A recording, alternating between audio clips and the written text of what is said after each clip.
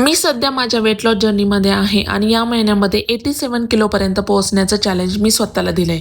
This is project 87. आज आहे day 13 आणि ऑनेस्टली या 13 दिवसांमध्ये मला एकच गोष्ट खूप जास्त जाणवली. आपण काहीतरी सुरू करतो ना, तेव्हा सुरुवातीला खूप जास्त मोटिवेशन असतं, पण काही दिवसांनी ते मोटिवेशन कमी होतं. मग काय, वर्कआउट करावंसं वाटत नाही, रुटीन फॉलो करावंसं वाटत नाही, कधी काहीतरी खावंसं वाटतं आणि मग वाटतं आज राहू दे, उद्यापासून नीट करेन. माझ्यासोबत पण हे सगळं झालं. पण आता मी स्वतःला एकच गोष्ट सांगते, मन असेल तेव्हाच करायचं असं नाही. कधी कधी मन नसतानाही स्वतःसाठी खूप काही करायचं असतं. म्हणून आता मी मोटिवेशनची बिलकुलच वाट बघत नाही.